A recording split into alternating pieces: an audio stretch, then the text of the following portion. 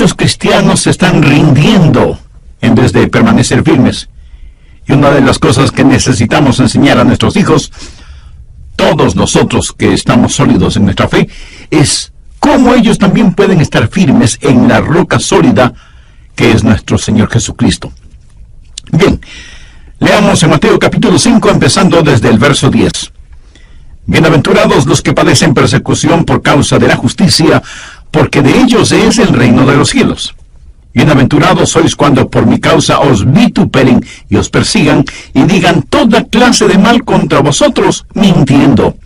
Gozaos y alegraos, porque vuestro galardón es grande en los cielos.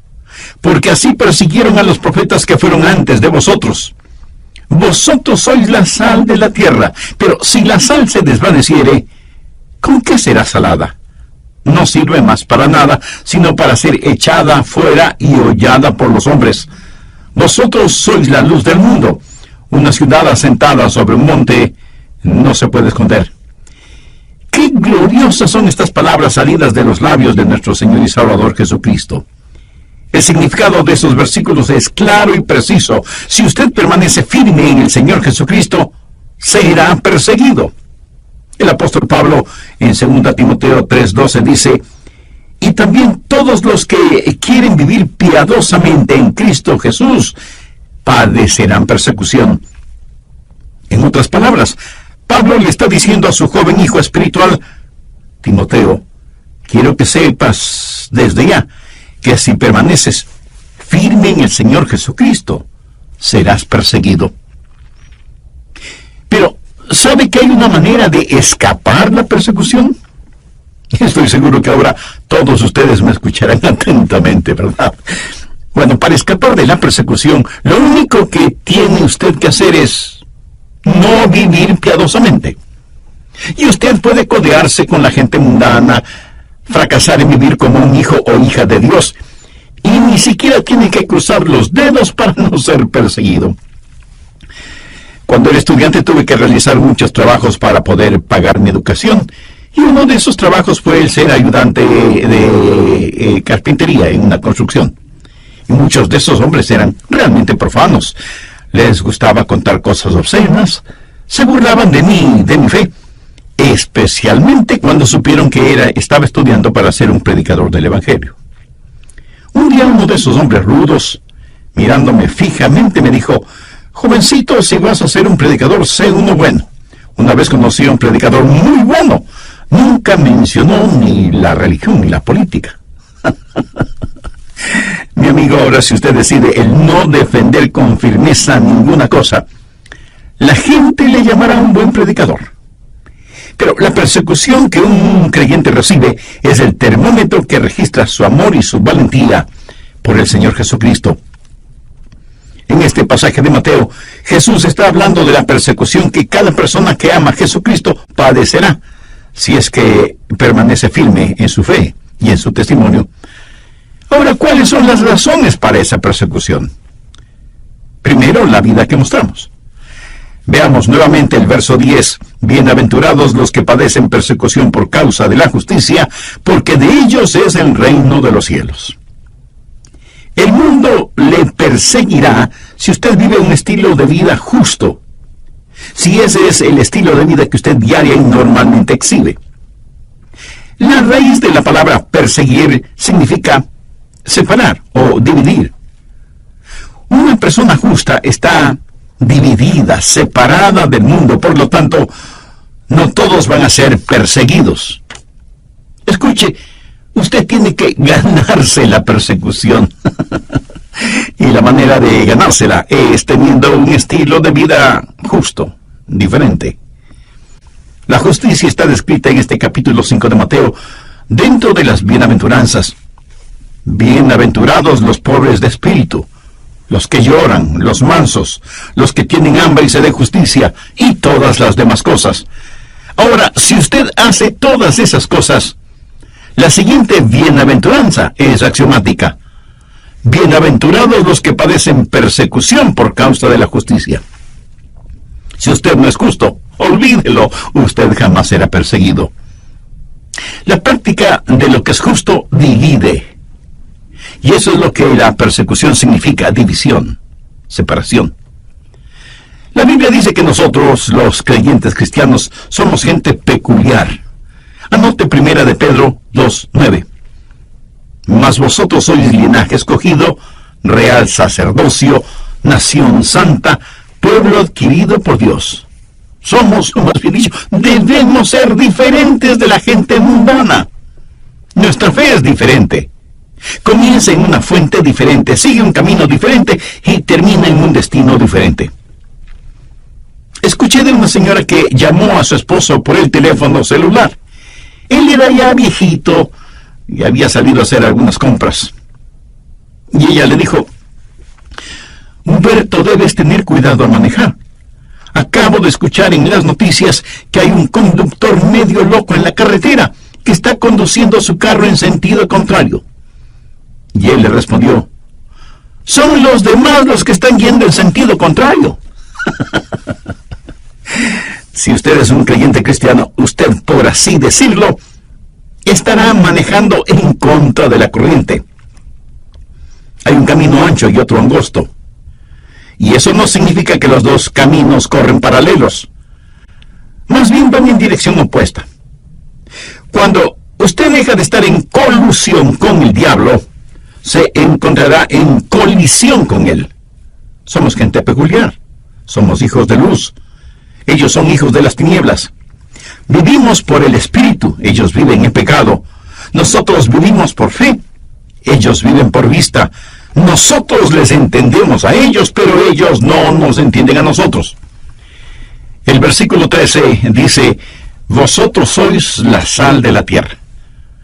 Bueno, entre otras cosas, la sal arde, quema e irrita cuando es aplicada en una herida abierta. Y el versículo 14 dice: vosotros sois la luz del mundo. La luz revela, hace ver las cosas. Los mundanos por naturaleza dicen: quiten esa sal de ahí y apaguen esa luz. Nosotros somos diferentes porque la justicia de Cristo está en nosotros. Pero debemos tener mucho cuidado en este punto. Algunos pueden ir por ahí diciendo: estoy siendo perseguido. Y puede ser que sea cierto, pero no está siendo perseguido por causa de la justicia, sino porque ha quebrantado alguna ley. Jesús dijo que seremos bienaventurados cuando, por estar firmes en Él y viviendo una vida que es sal y luz sobre la tierra, somos perseguidos. Busque 1 de Pedro capítulo 4, los versos del 14 al 16. Si sois vituperados por el nombre de Cristo, sois bienaventurados, porque el glorioso Espíritu de Dios reposa sobre vosotros. Ciertamente de parte de ellos Él es blasfemado, pero por vosotros es glorificado. Así que ninguno de vosotros padezca como homicida, o ladrón, o malhechor, o por entremeterse en lo ajeno. Pero si alguno padece como cristiano, no se avergüence, sino glorifique a Dios por ello. Quiero que subraye el verso 16. Pero si alguno padece como cristiano, no se avergüence, sino glorifique a Dios por ello. Si nos persiguen por ser cristianos, sufrimos por amor de su nombre. Usted está llamado a ser testigo, no el fiscal acusador. Usted debe ser diferente, pero no raro ni excéntrico. Y cuando le persigan, debe ser porque ellos tienen suficientes evidencias de que usted es, en verdad, un creyente cristiano. Cuando usted es diferente, ellos le perseguirán. Estarán escuchando todo lo que dice, estarán mirando todo lo que hace, tratando de encontrar alguna falla, algo negativo en usted. Y si lo encuentran, ellos se sentirán muy felices teniendo motivos para juzgarle y condenarle. En las páginas del Nuevo Testamento leemos el relato de cuando Jesús y sus discípulos cruzaban un campo sembrado con trigo. Era durante el día de reposo legal, el día de descanso. Él y sus discípulos tenían hambre, por lo que tomaron algunas espigas de trigo, las restregaron entre sus manos, quitando la cáscara, para poder comer el trigo. Y algunos fariseos dijeron: ¡ajá! han quebrantado el día de reposo, lo cual no era cierto. Pero lo interesante en esta historia es que, ¿qué hacían esos fariseos en ese campo de trigo? De todas maneras, estaban persiguiendo a Jesús.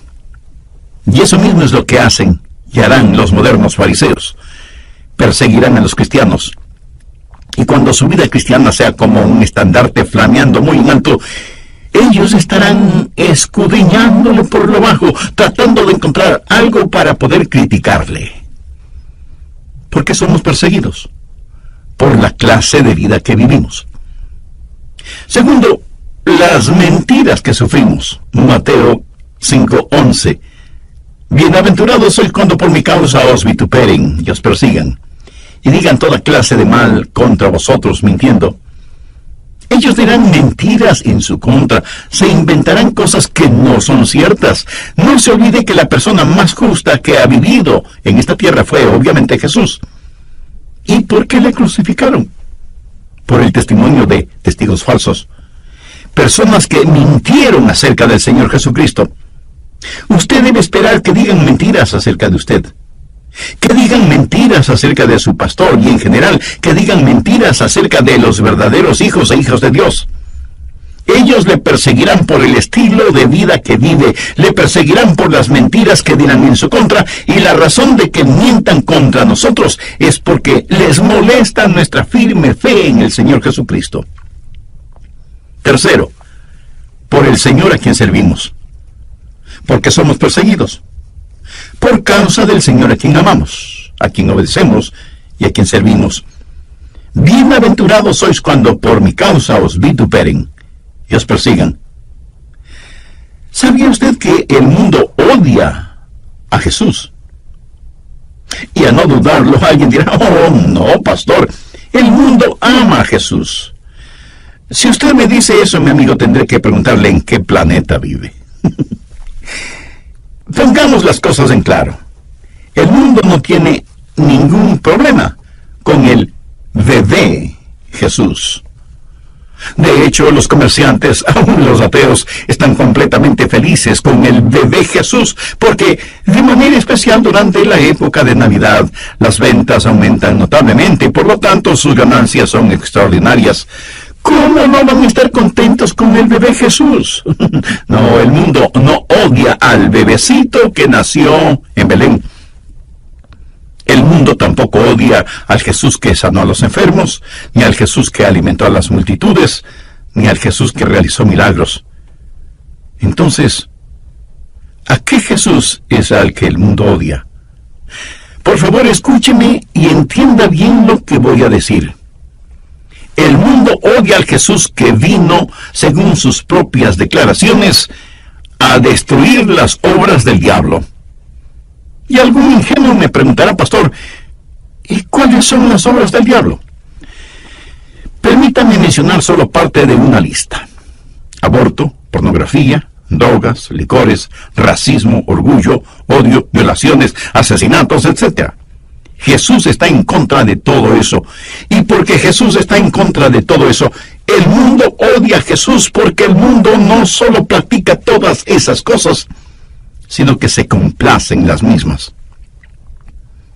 Veamos rápidamente Juan 15, los versos del 19 al 22. Si fuerais del mundo, el mundo amaría lo suyo. Pero porque no sois del mundo, antes yo os elegí del mundo, por eso el mundo os aborrece. Acordaos de la palabra que yo os he dicho, el siervo no es mayor que su señor. Si a mí me han perseguido, también a vosotros os perseguirán. Si han guardado mi palabra, también guardarán la vuestra. Mas todo esto os harán por causa de mi nombre, porque no conocen al que me ha enviado.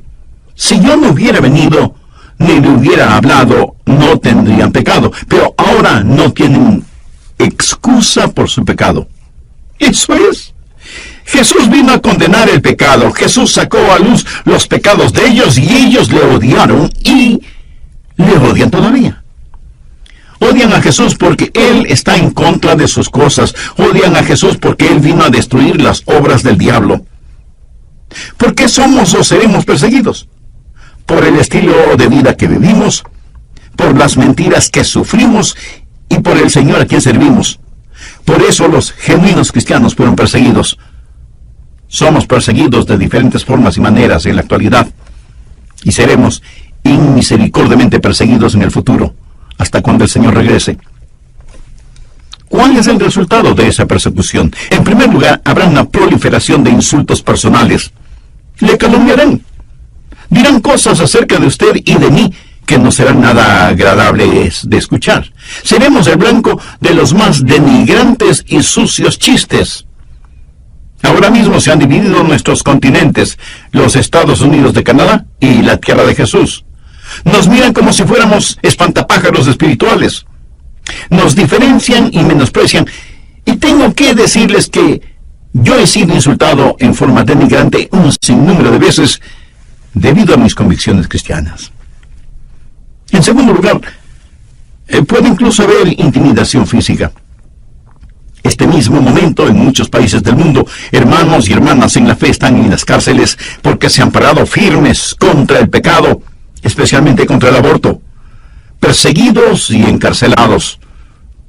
El doctor James Dobson, pionero en la lucha contra el aborto, dijo que en un año 160,000 cristianos fueron martirizados por su fe en el Señor Jesucristo. Martirizados, sometidos a horrorosas torturas y privaciones. Si usted sigue firme en Jesucristo, un día será perseguido. En la China, los cristianos que adoran en iglesias que no son controladas por el gobierno enfrentan diariamente prisión y tortura. En Sudán ahora mismo, cientos de niños y niñas cristianos son vendidos como esclavos por $15. Y a muchos de esos niños y niñas se les obliga a una vida de prostitución. A otros se les obliga a que se conviertan al islamismo. En Pakistán, si alguien rehúsa convertirse, puede ser sentenciado a la muerte. Dios no obliga a nadie a aceptarle, pero sí invita a todos. ¿Tiene usted una relación personal con Dios por medio de su Hijo Jesucristo? Si desea, puede tenerla ahora mismo. Le invito a orar conmigo de la siguiente manera. Dios eterno, te agradezco que me das el privilegio de voluntariamente venir a ti para implorar gracia y misericordia, porque soy un pecador y estoy perdido. Señor Jesús, para perdonarme y salvarme, tú entregaste tu vida en el Calvario, y por medio de tu muerte quieres darme vida y vida eterna. Ven a habitar en mi corazón y tomar el control total de mi vida. Con sincera fe te acepto como mi Salvador y mi Señor, y ruego tu ayuda para que pueda ser la persona que tú quieres que sea. Ayúdame a vivir sin nunca avergonzarme de ti. Te pido en tu santo nombre.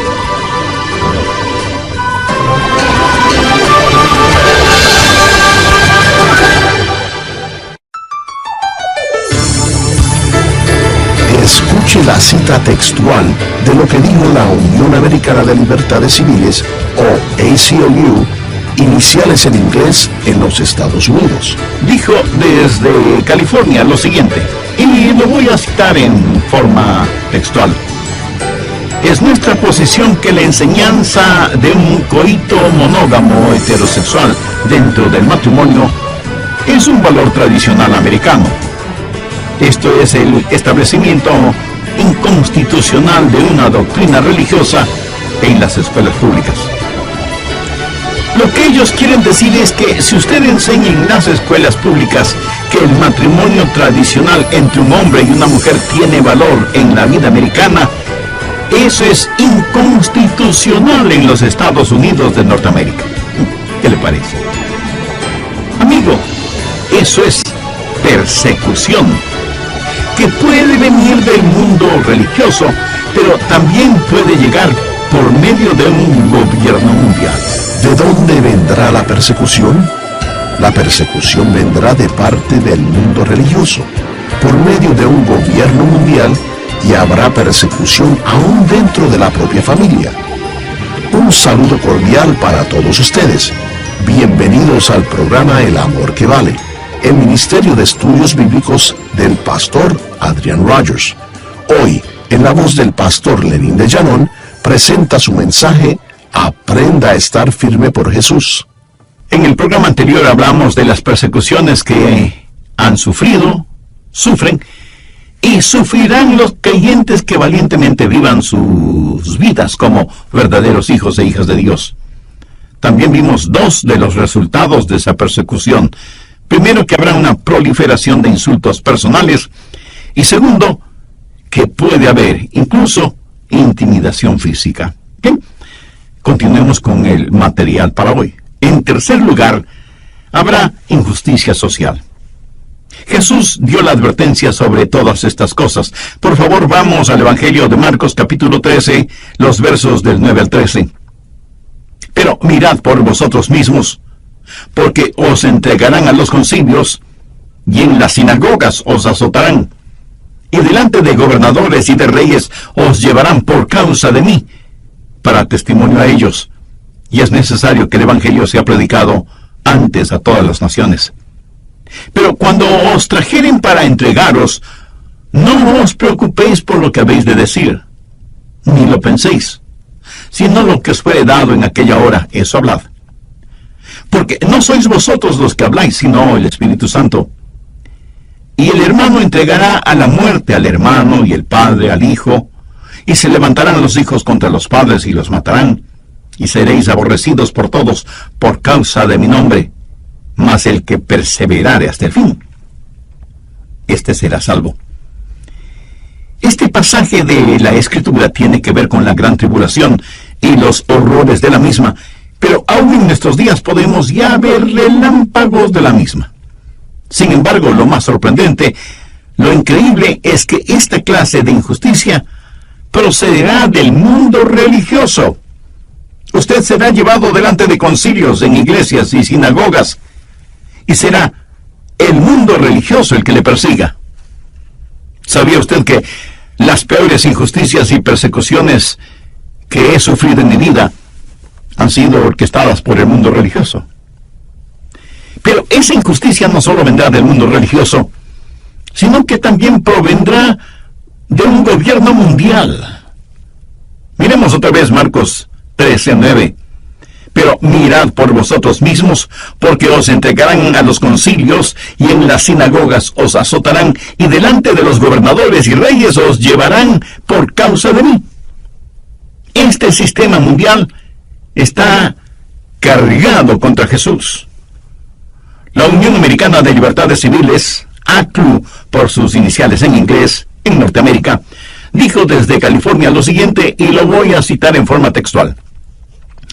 Es nuestra posición que la enseñanza de un coito monógamo heterosexual dentro del matrimonio es un valor tradicional americano, y esto es el establecimiento inconstitucional de una doctrina religiosa en las escuelas públicas.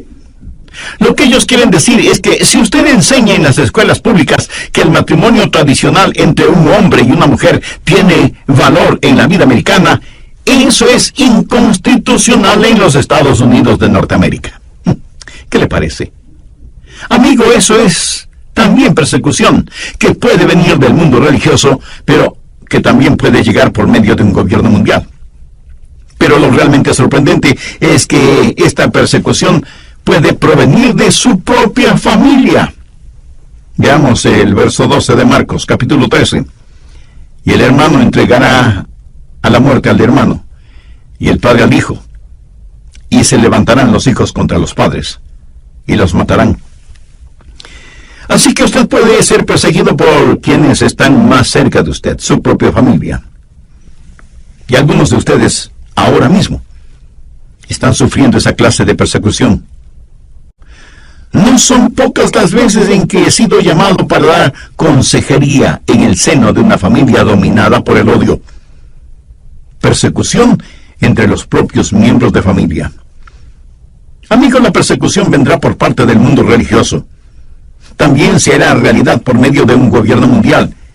Y habrá persecución dentro de la propia familia.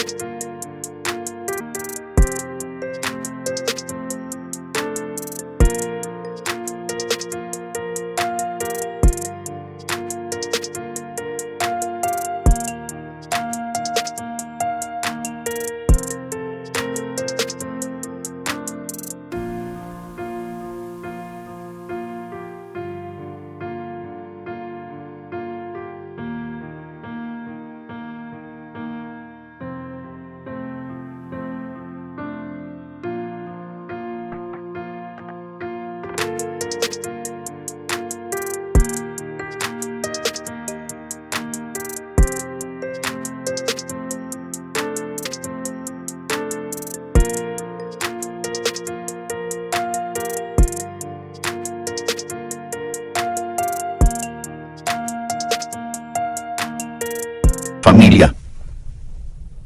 Esto no es algo que yo le estoy diciendo. Yo solo le estoy dando a conocer lo que el mismo Señor Jesucristo dijo. Finalmente, ¿cuál debería ser nuestra respuesta? ¿Cómo debemos responder en estos últimos días a la persecución que ya estamos experimentando y que se pondrá peor y peor? Primero, debemos aprender a reinar en la vida. Vamos a Mateo 5, verso 10. Bienaventurados los que padecen persecución por causa de la justicia, porque de ellos es el reino de los cielos.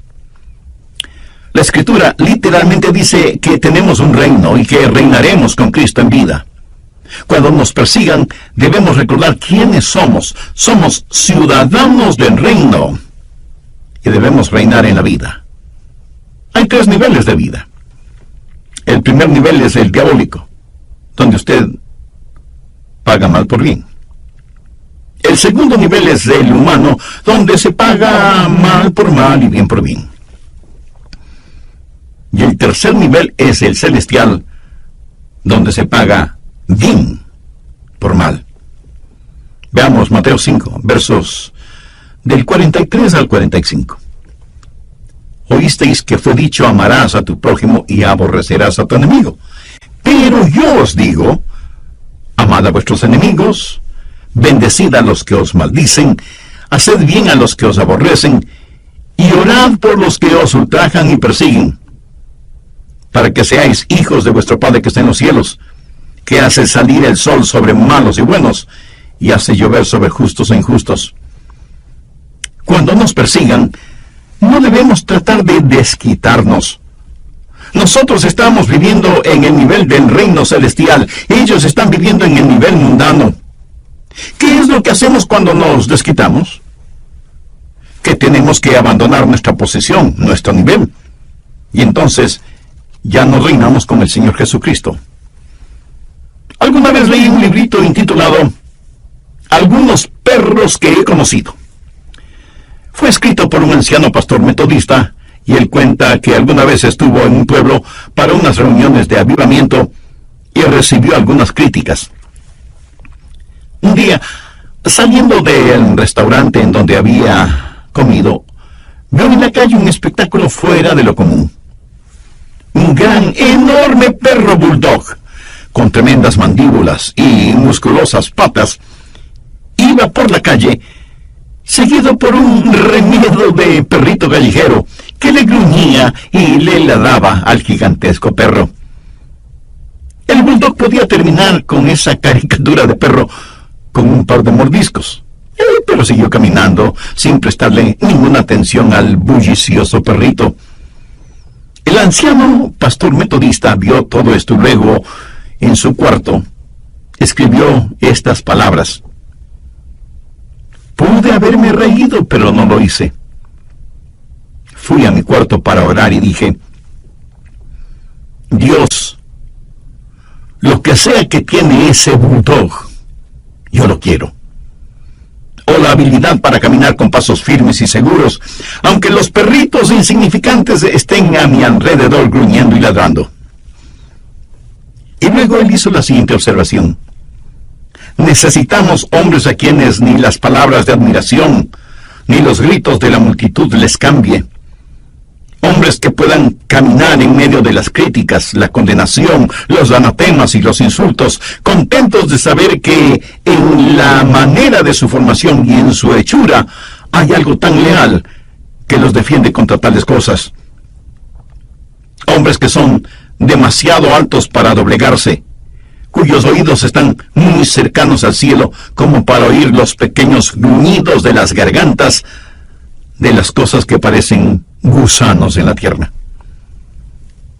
Amigo, no solo usted reina en la vida, sino que se regocija en el Señor. El verso 12 dice: gozaos y alegraos.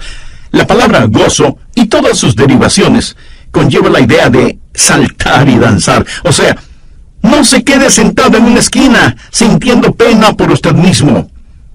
No se quede chupándose el dedo pulgar. Piense en quienes tenemos por compañeros, porque así persiguieron a los profetas que fueron antes de vosotros. Cuando llegue al cielo, yo no quiero encontrarme con el apóstol Pablo y que me pregunte: Adrián, ¿en dónde están tus cicatrices? Y no quiero ser avergonzado, porque no tengo ninguna cicatriz. Yo quisiera ser un profeta, porque persiguieron a los profetas. Hay unos ejemplos que debemos imitar, y debemos tener un carácter que revele que estamos viviendo por Jesús. Y hay una recompensa que recibiremos, porque vuestro galardón es grande en los cielos. Desde hace mucho tiempo descubrí que vale la pena servir a Jesús. Y vale la pena servirle en cualquier lugar y bajo cualquier circunstancia. Y si ningún galardón me fuera otorgado, el hecho de compartir a Jesús con otras personas, eso para mí es más que suficiente galardón. Al comienzo del libro de los Hechos, se relata cómo algunos discípulos fueron perseguidos y puestos en prisión. Ellos fueron golpeados, pero siguieron predicando de Jesús. Hubiera sido más fácil decirle al sol que deje de brillar que lograr que los discípulos dejaran de predicar de Jesús. Y la Biblia dice que aquellos que perseguían a los cristianos, cuando los discípulos salieron del concilio en donde les habían prohibido el hablar de Jesús, esos perseguidores quedaron maravillados porque sabían que esos hombres, esos pescadores, eran faltos de educación, pero era evidente que habían estado con Jesús. Habían sido perseguidos, eran perseguidos, pero reaccionaron de tal forma y actuaron de tal manera que los propios enemigos tuvieron que admitir que se parecían al Señor Jesucristo. Cuarto, esparce amor. Ame a aquellos que le persigan. ¿Qué es lo que dijo Jesús en Mateo 5:44? Amad a vuestros enemigos, bendecid a los que os maldicen, haced bien a los que os aborrecen, y orad por los que os ultrajan y os persiguen, para que seáis hijos de vuestro Padre que está en los cielos. En otras palabras, no se contente con amar solo a quienes le aman. Derrame amor, esparza amor aún entre aquellos que le persiguen, le maldicen y le aborrecen. Esto será más fácil de hacerlo si es que usted reina en la vida y entiende quién es usted. Entonces puede esparcir amor.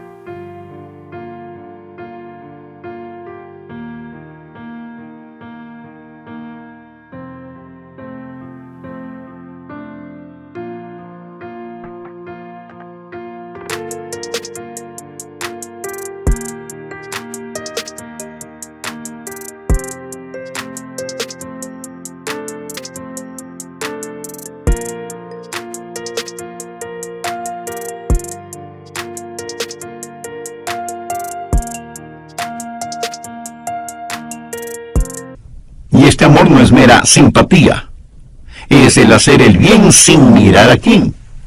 Note lo que dice el verso 45, que hace salir el sol sobre malos y buenos, y que hace llover sobre justos e injustos.